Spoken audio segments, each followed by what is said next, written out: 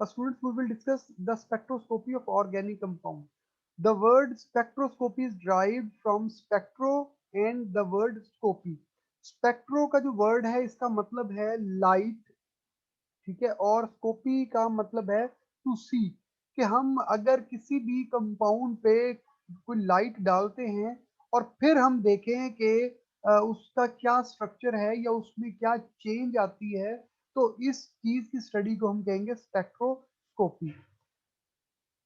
ये एक modern technique है, और जो हम ये स्ट्रक्चर्स को फाइंड कर सके हैं, बहुत ज्यादा ऑर्गेनिक कंपाउंड के स्ट्रक्चर्स को हम बता पाए हैं, उसमें स्पेक्ट्रोस्कोपी का बहुत बड़ा रोल है।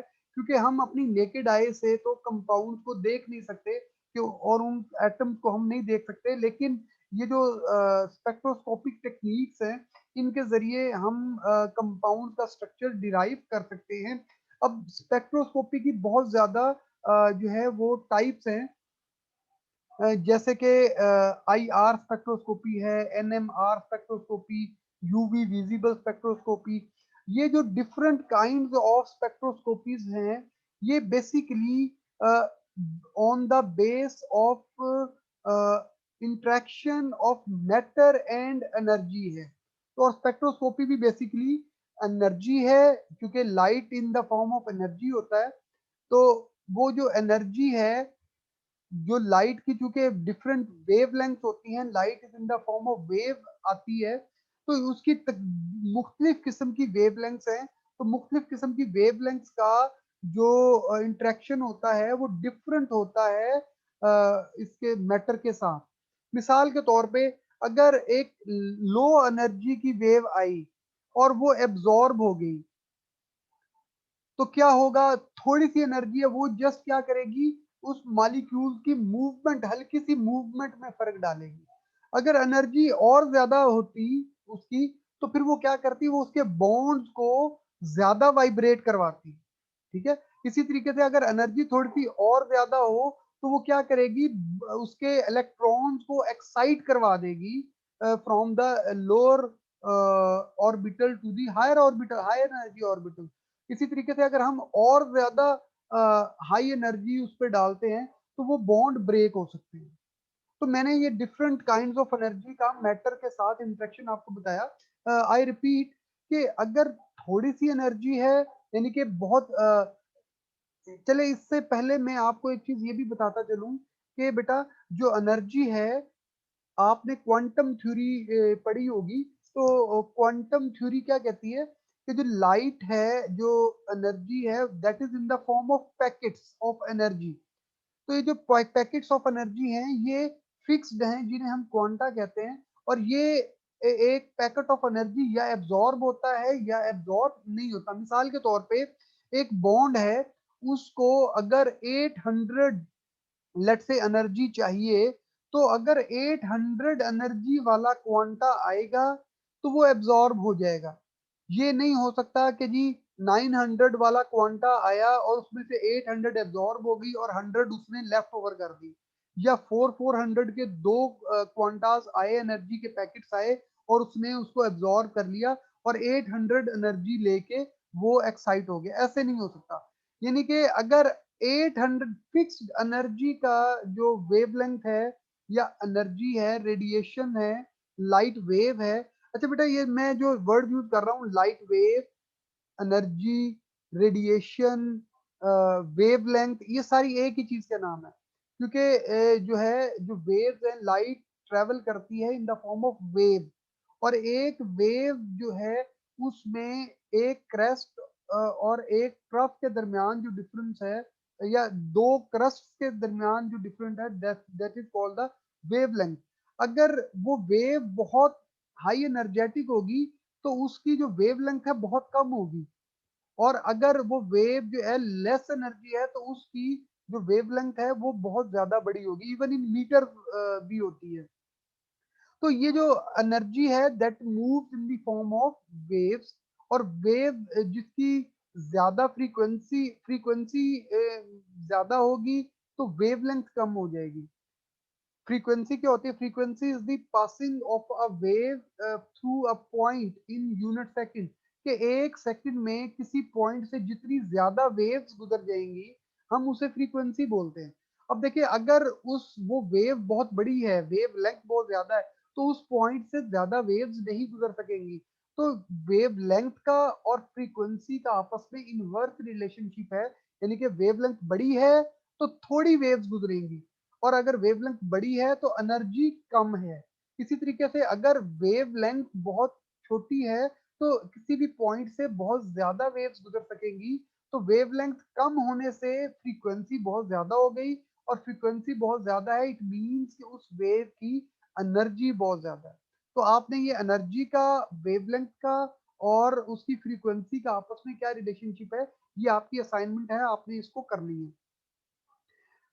अब अब मैं रिपीट करता हूँ अपनी स्पेक्ट्रोस्कोपी वाली बात को, कि अगर हम एनर्जी डालते हैं मैटर पे, तो मैटर का उस एनर्जी से इंटरेक्शन होता है। क्या इंटरेक्शन हो सकता है?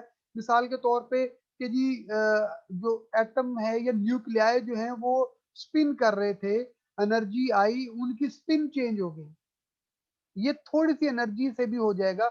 और इस टेक्निक को हम कहते हैं जी एनएमआर टेक्निक, कि जब उसकी स्पिन चेंज हुई तो एनर्जी एब्जॉर्ब हुई। अच्छा, जब स्पिन चेंज होने पे एनर्जी एब्जॉर्ब हुई, तो जब वो वापस अपनी ग्राउंड स्टेट पे आएगा न्यूक्लियाई, तो वही एनर्जी जो उसने एब्जॉर्ब की थी वो एमिट कर देगा। तो जब वो एमिट करेगा तो हमारे जो इंस्ट्रूमेंट हैं वो उस एनर्जी को, उस स्पेसिफिक एनर्जी को एब्जॉर्ब करेंगे और हमें सिग्नल दे देंगे। हमें पता चल जाएगा कि इसने कौन सी एनर्जी एब्जॉर्ब की थी। सिमिलरली अगर थोड़ी सी हाई एनर्जी, ये है एनएमआर टेक्निक, अगर थोड़ी सी हाई एनर्जी हो तो क्या होगा? हमें पता है कि जो बॉन्ड्स हैं वो हर वक्त वाइब्रेट कर रहे हैं, कम ज्यादा हो रहे हैं, वाइब्रेशन चल रही है हर बॉन्ड में। मतलब एन एच का बॉन्ड है, ओ एच का बॉन्ड है, कार्बन कार्बन डबल बॉन्ड है, ठीक है, कार्बन कार्बन सिंगल बॉन्ड है, ये सारे क्या कर रहे हैं? ये स्टैटिक नहीं है बल्कि मूव कर रहे हैं। कभी एम्पलीट्यूड कम हो जाता है, कभी ज्यादा होता है, वाइब्रेशन हो रही है। लेकिन अगर एक स्पेसिफिक अमाउंट ऑफ एनर्जी आए तो क्या होता है? वो इस मूवमेंट को फास्ट कर देती है, इस मूवमेंट में तब्दीली ले आती है। इसको कहते हैं जी आई R spectroscopy. Infra red raise जो है, अगर वो हम कंपाउंड पे डालें तो उनके बॉन्ड की एनर्जी ज्यादा हो जाती है, वो ज्यादा वाइब्रेट करना शुरू करते हैं। जब बॉन्ड ज्यादा वाइब्रेट कर रहे होंगे तो फिर क्या होगा? वही जब ग्राउंड स्टेट पे वो बॉन्ड वापस जाएगा तो वही एनर्जी जो उसने एब्जॉर्ब की थी वो एमिट कर देगा, और हम उसको देख लेंगे। तो हमें सिग्नल आ जाएगा कि ये इसके बॉन्ड का ये एक सिग्नल है, यानी कि ये बॉन्ड ये एनर्जी एब्जॉर्ब करता है। फॉर एग्जाम्पल, हम आई आर स्पेक्ट्रोस्कोपी जब कर रहे होते हैं, हम आई आर रीजन की जब वेव डालते हैं, अगर कार्बन डबल बॉन्ड ओ है, सी डबल बॉन्ड ओ, यानी कि कार्बोनिल कार्बन या कार्बोनाइल ग्रुप अगर प्रेजेंट है किसी भी मॉलिक्यूल में, तो वो बेटा 1600 टू 1700 सेंटीमीटर इनवर्स वाली जो एनर्जी है वो जरूर एब्जॉर्ब करेगा और एमिट करेगा, और हमारे पास एक सिग्नल आएगा 1600 टू 1700 के दरमियान में।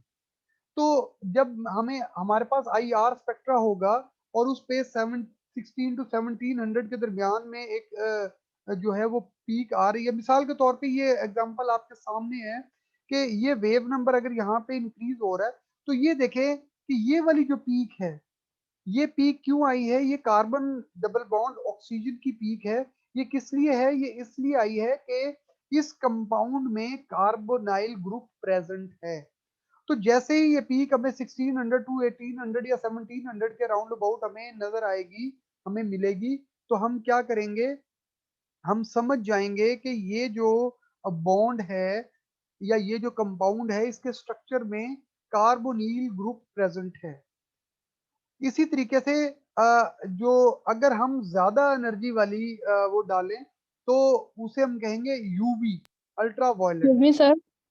तो अल्ट्रा वायलेट रेज जो हैं, so coming back to our topic, we are discussing spectroscopy. So basically the spectroscopy is the interaction of energy or the waves या light waves with the matter, और फिर matter में क्या फर्क आता है वो हम इसको नोट करते हैं। मिसाल के तौर पे आप ये देखें कि ये एक वेव ट्रेवल कर रही है, यहाँ पे जो ये डिस्टेंस ए है दैट इज द वेवलेंथ, के दो क्रेस्ट्स के दरमियान या दो ट्रफ्स के दरमियान अगर हम डिस्टेंस फाइंड करें तो दैट इज दी वेवलेंथ।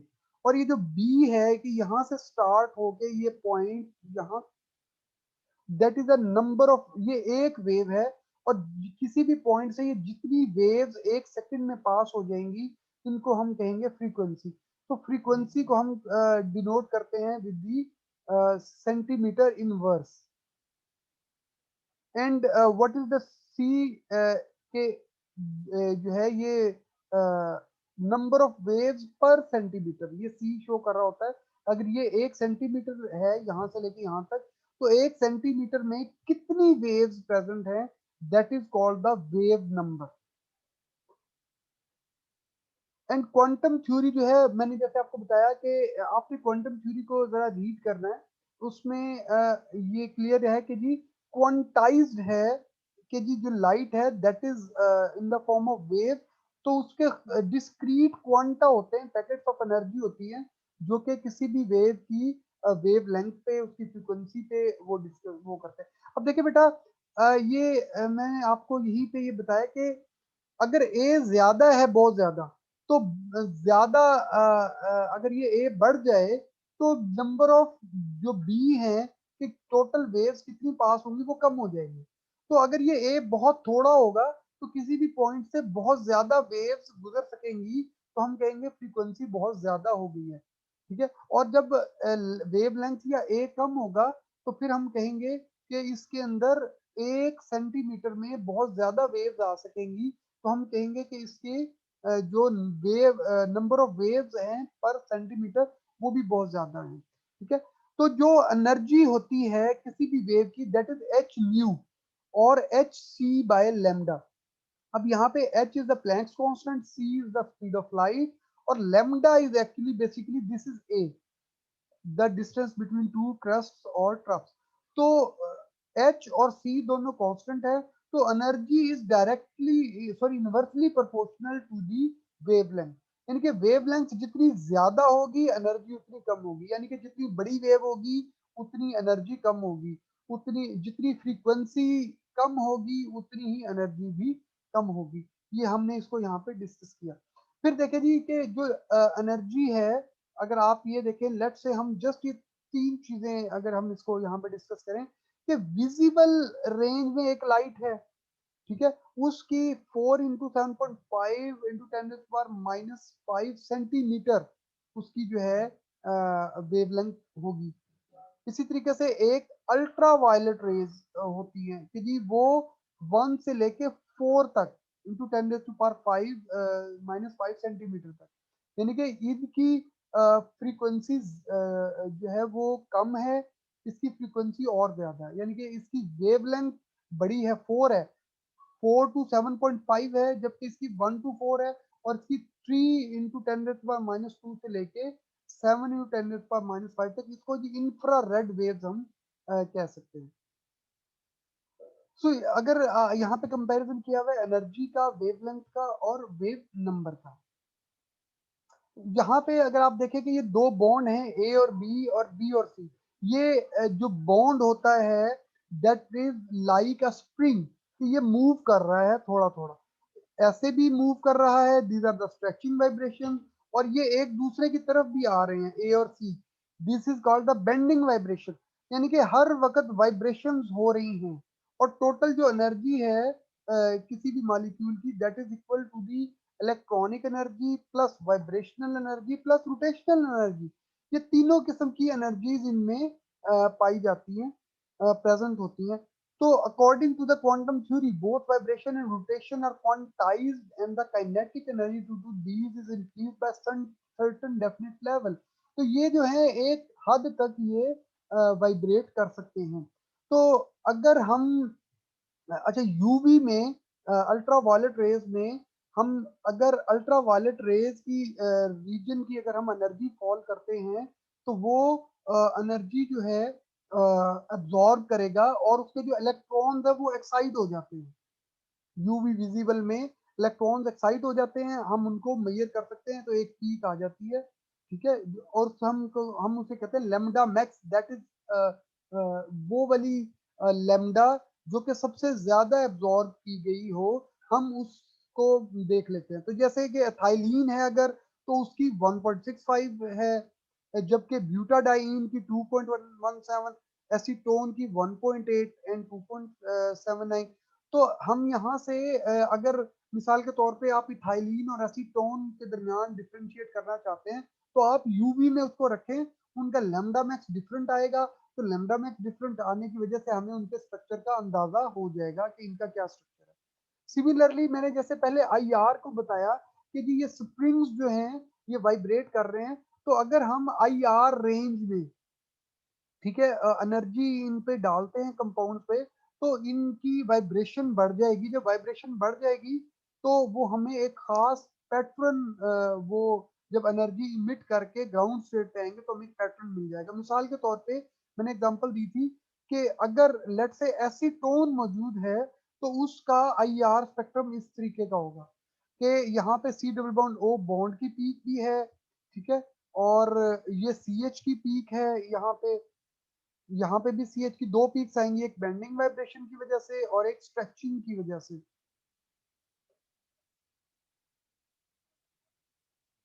तो ये इस तरीके से हमें पता चल रहा है। मिसाल के तौर पे आप ये देखें कि सी एच बॉन्ड की जो वेवलेंथ एब्जॉर्ब होगी आई आर रीजन में, वो 2850 टू 2960 पे आ जाएगी। इसी तरह से carbon carbon double bond 1620 to 1680, C double bond O जो है वो 1720 to 1740 in case of aldehyde ketone. और उसमें आप ये देख लें कि जी ये जो सी डबल बॉन्ड ओ है ये तकरीबन 1800 तक जाता है 1600 से। इसी तरीके से अल्कोहल के OH की पीक जो है वो 3600 के राउंड अबाउट, और अमीन की पीक 33 टू 3500 के राउंड अबाउट आती है। तो इससे हमें यानी कि हम जस्ट आईआर में रखा हमने कंपाउंड, तो जो आईआर की पीक हमारे पास आएंगी हम उससे अंदाजा लगा लेंगे कि इसमें क्या कौन से कंपाउंड प्रेजेंट होंगे। सिमिलरली एक और इम्पोर्टेंट टेक्निक है, वो यहाँ पे डिस्कस नहीं की गई, later it will be discuss, वो है एनएमआर। एनएमआर से तो हम ये भी अंदाजा लगा लेते हैं कि न्यूक्लियर मैग्नेटिक रेजोनेंस के बिल, ये एनएमआर जो है ये रेडियो वेव्स को एब्जॉर्ब करती है, रेडियो वेव के रीजन में कंपाउंड एब्जॉर्ब करते हैं, और उनकी रोटेशन चेंज होती है न्यूक्लियाई की। और जब वो वापस होती है तो हमें एनर्जी की जो पीक्स मिलती हैं, जैसे हमें आईआर मिला है, सिमिलरली ऐसा ही हमें पैटर्न मिलता है। और वो पैटर्न जो है हमें ये बताता है कि कितने टाइप्स के वो जो न्यूक्लियाई हैं। अगर हम लेट से प्रोटॉन एनएमआर करें तो प्रोटॉन की पीक्स हमें आएंगी, अगर कार्बन 13 एनएमआर करें तो कार्बन 13 की पीक्स आएंगी, नाइट्रोजन एनएमआर कर सकते हैं तो उनकी पीक्स आएंगी कि कितने तो प्रोटॉन प्रेजेंट हैं, कितनी टाइप्स के प्रेजेंट हैं, और कहाँ कहाँ प्रेजेंट हैं।